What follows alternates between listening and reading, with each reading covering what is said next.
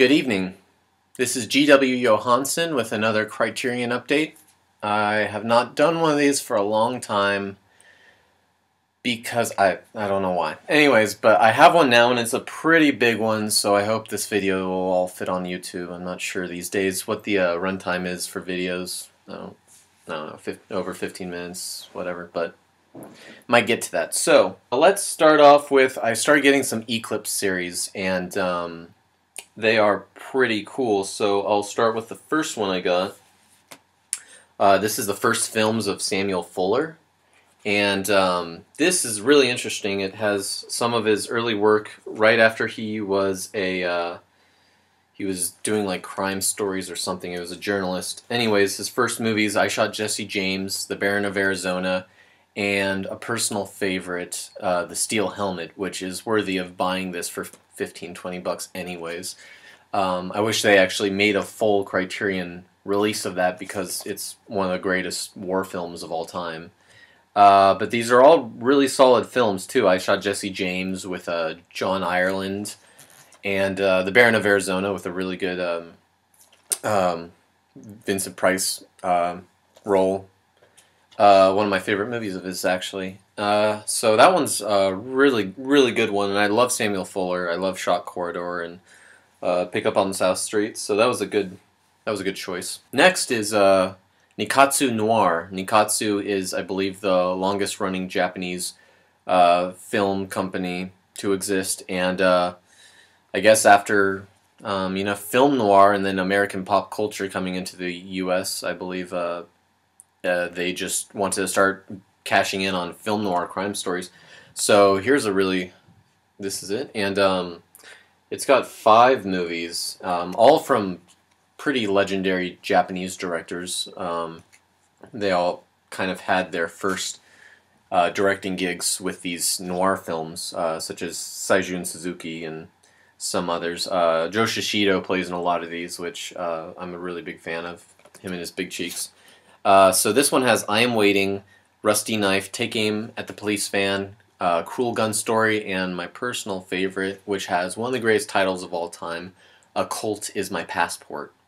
So this is a really good one. The only gripe I have about this, it's not the set itself, but I bought this on Amazon, and these usually come in clear cases because there's details, there's writing on the back of the DVD covers, but they gave me black ones, which when you open them up, you can't see the stuff that they wrote for each film. There's a nice just a little paragraph detailing about the filmmakers and when the movie was made. Just a couple of fun facts, which you wouldn't get anywhere else except for Criterion. So it's really upsetting that I can't just easily look through the transparent case and read those things. But whatever. I lucked out on this, but I went to my local Hastings store, and they were getting rid of like all their Criterion rentals, it seemed like, which was ridiculous because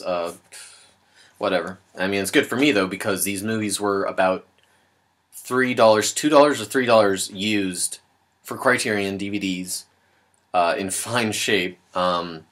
They came in kind of bad DVD cases because they're rentals, so I kind of switched them out. But these are where all these DVDs come from. I usually don't buy these DVDs because I'm always expecting a Blu-ray to come out eventually, and like they'll say September releases, and then I get say the Fishing with John or something. I'm like, oh my god, I'm like, why'd I buy it just now, But I couldn't pass up getting these for $3 each. So the first one, like I just said, is John Lurie's Fishing with John, spy number 42. This is a series of a TV show that he was doing where he takes celebrities out and he goes fishing with them, and it's really funny. I started getting into John Lurie after seeing him in a bit of a couple of Scorsese movies, and Jarmusch, who's one of the people in this that he brings up fishing, and it's hilarious. A lot of it really is saved by the editing and the narration and just the jokes that they share, because they don't even catch fish in the show. They like never find fish. I think my personal favorite's when he's with Willem Dafoe. They start starving. They're up somewhere where it's cold and they're trying to ice fish, but they can't keep they can't keep finding fish, so it's really funny. That's my favorite episode. But there's, I don't know how many episodes there are. There's about 6 or 7, I'd say. But they're really funny, and this is really great. Great Criterion. I wish they would release it, though, because it's one of the older ones. Re-release it. Up next, we have Carol Reed's The Third Man, which is out of print, and I'm really glad I ran into this, getting this double disc set. It's not in its... It's not, I believe this is usually in like a paper, like a digibook kind of thing. But I'm fine with just having it in what I put in just a normal DVD case I had. But this is a really great movie. I mean, I don't really have to go into too much of this, but it's got a lot of great bonus features. That's what's really exciting. 2 discs, and I can't wait to listen to the commentary by Peter Bogdanovich. He does the greatest commentaries. Next we have Kihachi Okamoto's Sword of Doom. This is another movie that I just kind of picked up. I don't usually do this now. I try to see a movie before I buy it because, well, you know, I don't... Blind buys for Criterions, that means, you know, you're going to risk $30. Not saying there's a lot of Criterions that are going to disappoint you, but these movies were $3 again, so I'm just blind buying these. And I love samurai films from the 60s, and I knew I couldn't go wrong with this, and this one was really good. It was supposed to turn into a huge series because this is based on one of the biggest books ever written. But this is Tatsuya Nakadai. You'll notice him a lot. He's in Yojimbo. He's in a bunch of other movies. He's in a samurai movie I'm going to be talking about in just a second. But he plays like the most purest evil in this, almost like Terminator style. He has no emotions whatsoever, and he just kills people, and he's trying to end up killing this emperor, I believe it was. I saw this a while ago. But really good movie. The cinematography and some of the fight scenes in this are some of the best that you get from this era of samurai Japanese films. Really check this out. It doesn't have any bonus features, and unfortunately, when I bought these $3 DVDs, they had no booklets with them. So, but I mean, $3 for a really good samurai film, I'm okay with that. Next, we have Ko Nakihara's Crazed Fruit. From all the $3 DVDs I got, I think this is my favorite. This is like a new favorite of mine. It's based in the 50s, so post-war. Or actually, it's made in the 50s. I think it's set post-war Japan, so late 40s, about like the teen sexual revolution going on, and it's a really cool teen, like rebellious movie. Like this one is really good. A lot of cool teen characters, and there's a great like triangle romance going on. The music's really cool, kind of this like back alley jazz. It's kind of just like you'd hear it in a Tennessee Williams movie or something. But this one was really good. I'd recommend this to anyone. I hope they re-release this on Blu-ray too. So next we have another Kihachi Okamoto movie with the same actor from Sword of Doom, but this time he's in a hero role. This one's called Kill with an exclamation mark. I actually used to own this. I used to own the Samurai like Rebellion trilogy. I know that's the name of a movie, but Samurai something that Criterion does. They have a collection. This is one of them, and I never got around to seeing it. I don't know where that went either. I think I might have given it, let someone borrow that set, and they never gave it back, which I'll never do again with Criterions. But this is a really good one. It's very heavily inspired by spaghetti westerns too, which, you know, if you know spaghetti westerns and samurai films, they go hand in hand. So the music, the soundtrack is very spaghetti western like, and it's about people coming into a town, two feuding gangs, and this one again doesn't have any bonus features, but it was a pretty good movie. I liked Sword of Doom more, but I really like this actor, and it's nice to see him in a hero role because he usually plays villains. Next up, we have Samuel Fuller's White Dog. I was actually just finishing this up before I watched the movie so I could talk about it. And this movie is really good. Great metaphor on racism and how just people in general are corrupted, but shown through the eyes of a dog. This woman, this young actress, finds a white German shepherd who she eventually finds out was trained to kill black people. And really interesting movie. And when it first came out 25 years ago, it was not taken the right way. It was misunderstood as a racist film, and so Paramount tried to bury it for 25 years. And of course now, thank God, Criterion Collection exists because they got this movie out. They found it uncut and digitally restored it high definition. Obviously, it's standard def, which I believe that means they did it in high def. They could release a Blu-ray of this right now, but they're not going to because they have to print them. But I don't know what that means. Anyways, so high def on a standard def DVD, but it looks great, and it's fully uncut, which is beautiful. And this one has a lot of great bonus features too for a movie that you'd never think you'd find. Has a lot of interviews from the producer, the director's wife, and Curtis Hanson, who co-wrote the film with Samuel Fuller, and he went on to direct L.A. Confidential. This also has an interview with the dog trainer and a couple of set photos, stills. So really good movie. I'm glad I got this for $3. Alright, so now we're on to the Blu-rays. First up, we have Ward Baker's A Night to Remember. This one was actually a blind buy. This was like my last blind buy, but it was a good blind buy. This is the best movie you can see about the Titanic and the night it struck. So much detail, so much authenticity to this film, and the Blu-ray looks great. There's a bunch of bonus features on here, making ofs, documentaries, there's a lot of information extra on the Titanic. But wonderful, wonderful movie. I highly recommend this epic saga on Titanic, which makes you kind of want to forget that there was another one made.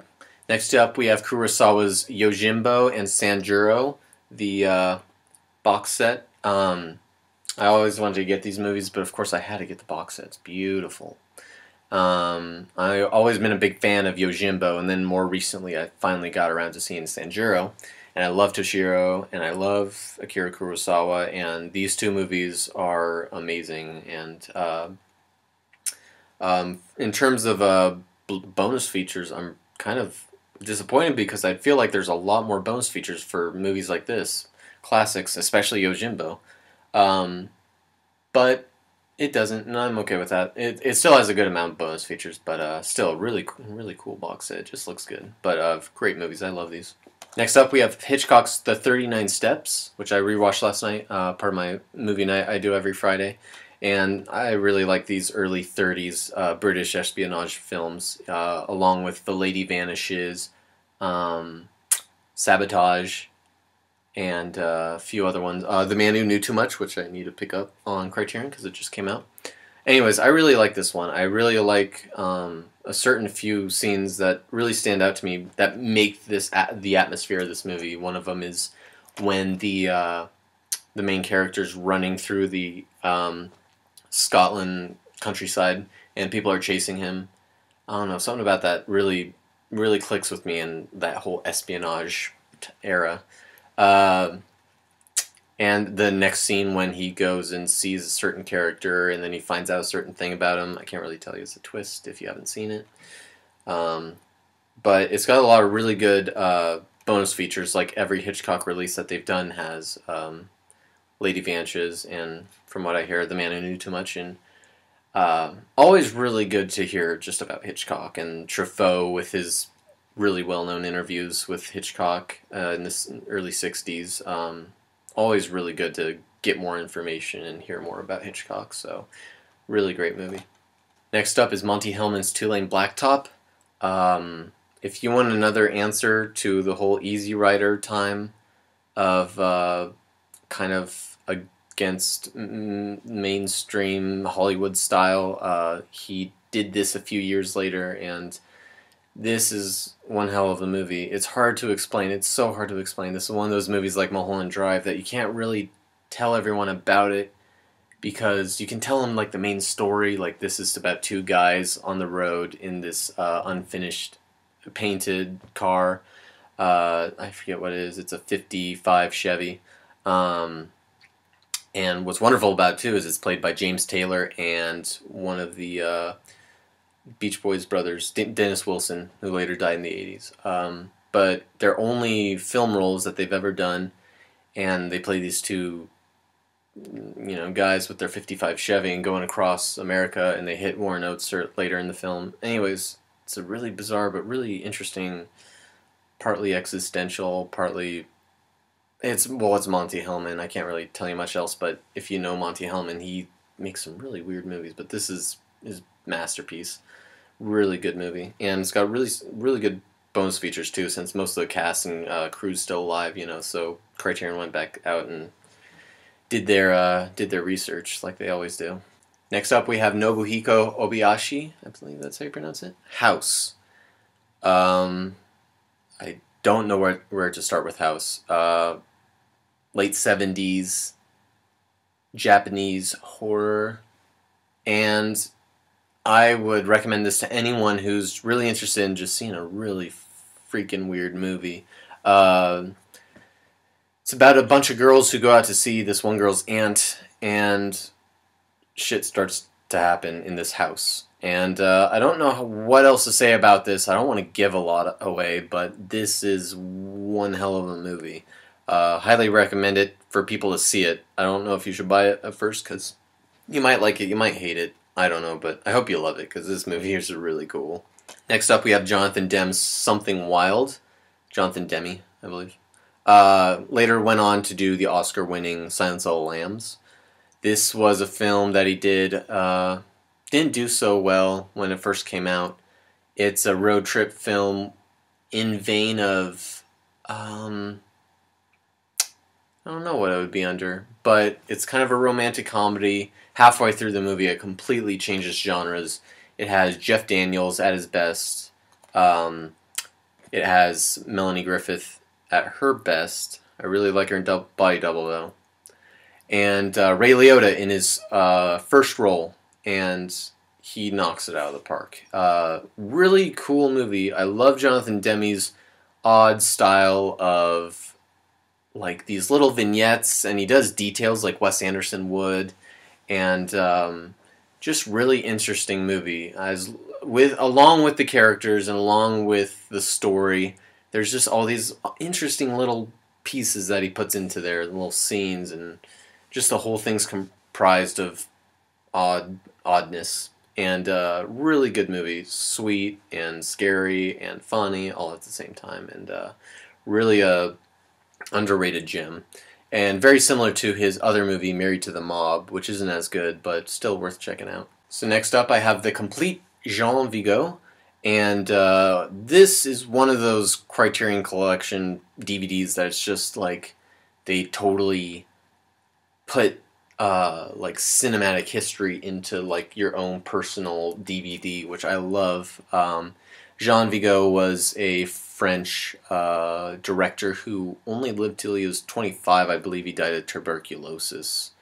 29 he died. So he's like the director, James Dean. But he was able to make 3 shorts and 1 full-length feature before he died, and they're all on here with a bunch of bonus features with like Truffaut talking about when he first discovered Jean Vigo, and a bunch of other things, commentaries on each one. The first 2 are Terrace and Apropos de Nietzsche. Denise, whatever. 2 small documentaries, like 10 minutes each, 15 minutes each. And then his other one, Zero for Conduct, is a well-known documentary, which kind of was not docudrama. It's about schoolboys, about 40 minutes long, so it's in that middle of a short film and a feature length. But it started the whole like school rebellion, like you'd see in If, and anything. I mean, probably even Battle Royale. I don't know, but started that whole kind of slew of schoolboys in rebellion type idea. His best known work is La Atalante, which is a feature film that he did, the only feature film he did, about newlyweds on a boat called La Atalante, and kind of their ups and downs and beginnings of their new life together. And it's like a very early romantic comedy. It's really good, and that's also on here with another commentary, and I highly recommend just getting it for that. But I mean, it's got a lot of great stuff. His first three short films, and from the feel of it, I forget if there's a big book in here. I haven't read the essays yet, but definitely worth getting for just a normal price of any Criterion. It's not like it's $40 or 50. It's $30. So really nice. One of my favorite Criterions. Next up, we have Earl C. Kenton's Island of Lost Souls. I showed this last year at my Halloween movie marathon, and this is one hell of a movie. I think it's very underrated.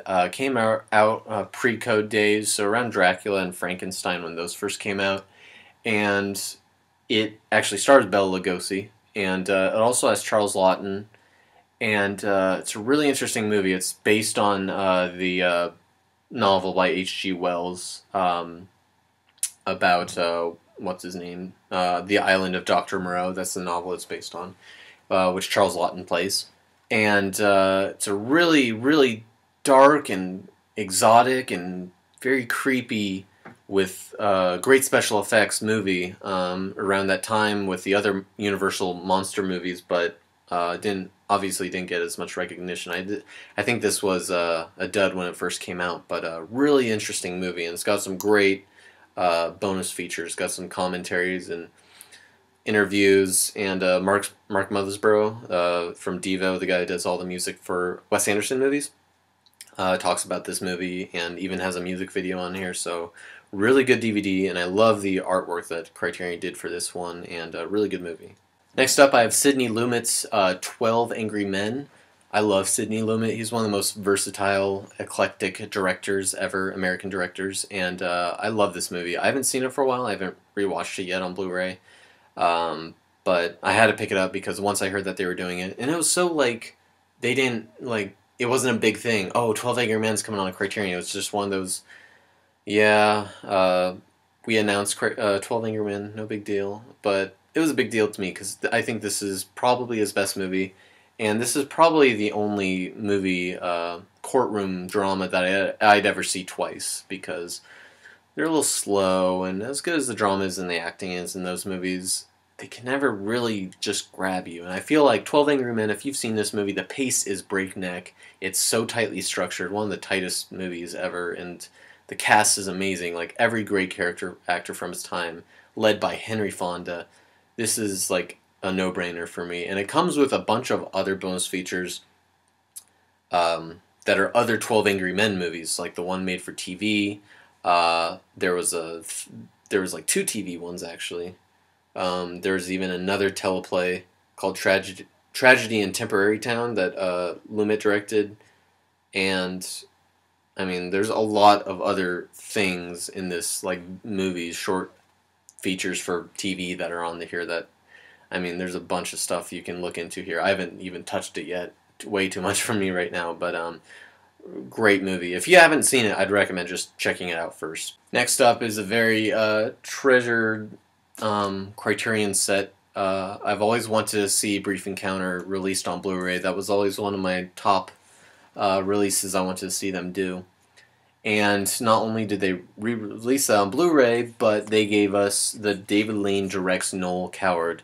And David Lean later went on to do Lawrence of Arabia, Bridge on the River Kwai, Dr. Zhivago. And this is his first films, which he did with Noël Coward based on his stage plays. And what it has is In Which We Serve, their first film together, which was a huge pro-war film back in its day and did a lot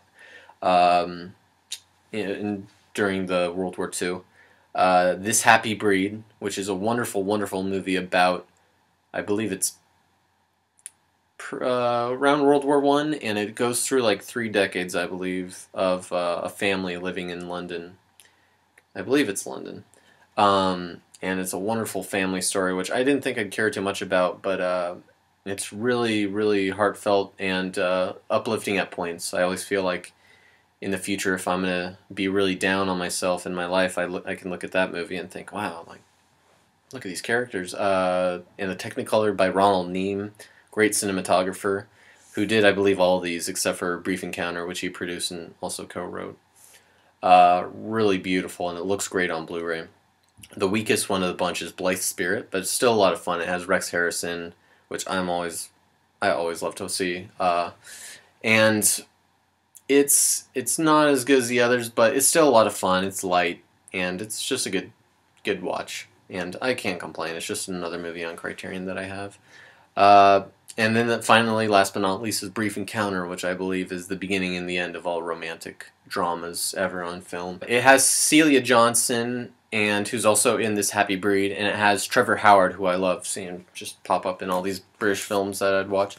Um, and it's a doom love affair. If you haven't seen it, I'd recommend checking it out. And that's the main reason why I bought this disc set. I saw a couple of these before I bought the Blu-rays. I think I've seen Blithe Spirit and In Which We Serve and Brief Encounter before I bought this, and then I saw this Happy Breed, which I believe all of these are on Netflix. So if you'd like to check them out before buying this, I'd recommend you checking them out on Netflix. But great set. I really love this. This is one of my treasures in my collection.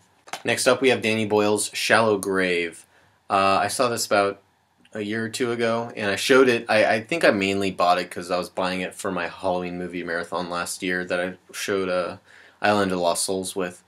And I really like it. I wouldn't say I love it. I wouldn't buy it if it was on any other Blu-ray format because I knew that it just would be half-assed kind of. But Criterion Collection did it, so it's got all these great features, and it seems like the newer movies, 90s and later, that they're able to get a lot more substantial bonus features because a lot of these lost films, they just can't really dig up too much. But what they do dig up is, gold. So I had to get it because it's got a great presentation, it's got a great slew of bonus features, but a really interesting movie. It's dark. It's usually titled as a dark comedy, but it's hard to see past the horror elements of this film. But Danny Boyle's first movie, Ewan McGregor's first movie, the doctors in this, really, really interesting movie, and I love this cover. It looks great. Next up, we have Roman Polanski's Rosemary's Baby. I had no idea they were bringing this out on Blu-ray, and when I did, I shit bricks, and I went out and got it like first week. And I'm really glad they also had the original poster with the white. Oh, beautiful. Anyways, I love this film. A lot of you have probably seen this movie. It's just a classic, which I would never expect them to bring it to Criterion, but they did. I mean, it's wonderful how things just work out like that. Anyways, Scott has a great amount of bonus features on it because it's, a classic. And so, of course, they're going to have a lot on this, and it looks wonderful. And so, if you want another great horror film, put this into your collection. Up next, we have Christopher Nolan's Following. Now, you all know Christopher Nolan because of the Dark Knight trilogy, Inception, The Prestige, Memento. And this was his first film, shot in 16mm black and white. Really, really, really... another one of those great independent films where a director does his first film and just completely, shows that he's a talent, like, right off the bat. Sam Raimi's Evil Dead, Quentin Tarantino's Reservoir Dogs. I mean, these are movies that were done on such small budgets, but they had so much power behind them in terms of ideas and, of course, their artistic merits. And this is another one of those movies which I love getting these movies because not only do they have great bonus features talking about, this is what I did with this amount of money and equipment and talent, actors and stuff, and this is what I could make. Because these, to me, being a filmmaker, these are like my Bibles, and I watch these and look at these religiously to see, what can I do with my my resources, what can I do to be a filmmaker that can live up to my potential. And this is another one of those movies which, I mean, if you're an aspiring filmmaker, I really recommend checking this out. And the Blu-ray is great with all of its bonus features. Christopher Nolan, he's a very informative kind of guy. And really highly recommended. I'm really glad that Criterion brought this onto their collection because this is a really great little independent film. Next up, we have a very special film that I've been wanting to have on Blu-ray since, or just on the Criterion collection since I started getting into it. I always thought this movie would just fit so perfectly into the Criterion collection, and they finally brought it out. Terrence Malick's Badlands. This is my favorite Terrence Malick film. I own his other films on Blu-ray, on Criterion, Days of Heaven, and The Thin Red Line. But nothing matches up to Badlands. This is his first movie. Again, a first-time filmmaker that just completely, and in Malick's terms, back in the 70s, when film was revolutionizing everything that has ever been done in cinema history, another director that came out with this unique vision that no one else could even touch before him. I love directors. I love a lot of directors. A lot of directors take a lot of inspiration from, previous filmmakers or genres or eras or countries. But Terrence Malick is so interesting. I mean, if you've seen his movies, you know what I'm talking about. He's just one of a kind. His style is so distinct, and no one before him really had that, and no one after him. I mean, there's a couple of people. David Gordon Green is very much a, spawn off of Terrence Malick, and a lot of other people are very much taking his style these days, but, I mean, there's only one Malick, and there's only one Badlands, and it has a lot of great features, a lot of new bonus features, because they talked to the actors again lately, and Jack Fisk, production designer, and so really, really great. I mean, I've always wanted to see more and hear more about this movie. And unfortunately, Terrence Malick is such a quiet guy that we'll never get to hear him talk about his movies, but he approves of this, and this is wonderful. And I mean, it's got a great cover. Oh. Last but not least is Blu-ray just picked up recently because it just came out. Alex Cox's Repo Man. Repo Man is a wonderful cult film made in the 80s, and if you know me, I really love the 80s. And but it's also a punk film, and I'm not really into punk. Actually, I'm not into punk at all. But I mean, if there's one movie that I would have to see and love that's punk, it's Repo Man. I mean, it's not just punk. It's also sci-fi. It's Harry Dean Stanton, Emilio Estevez, Tracy Walter. I mean, there's a lot of really good actors, and Alex Cox's bizarre humor and style along with it. And it kind of makes me like punk for this very niche of a movie. Which comes to another point that baffles me. This is Repo Man. This is a cult film from the 80s, and Criterion went into so much attention and detail to this Blu-ray, and there's so many bonus features, and it's really interesting. Like, yeah, this movie's cool and all, but like, I feel like there's other films in your collection that you can reissue and put this much attention and detail in. They put like all their resources into this movie. I mean, just look at that cover. Look at the insert booklet and everything. I mean, they did a lot of work on this, and I feel like, I'm not saying that they put their resources in the wrong place. I'm glad they did a great job on Repo Man, and I'm glad they brought Repo Man to the collection, but at the same time, it's like, what about Yojimbo, that I was talking about earlier, why can't you do such a beautiful work on that? But I digress. Repo Man, this is a great Criterion Collection disc. I think a lot of people, probably a lot of you that have this, are going to say that this is one of the best that they've released yet, and I wouldn't disagree with that. This is a really good Blu-ray, and it just looks awesome. If you want to get someone's attention, just have this on display, and it'll do really well. So that's it for my huge-ass Criterion Collection update, but I want to part with one last thing. I have The Great Dictator, which I've shown in a previous update, but I have a YouTube colleague that just released a video of him reciting the famous speech that Chaplin does at the end of this film.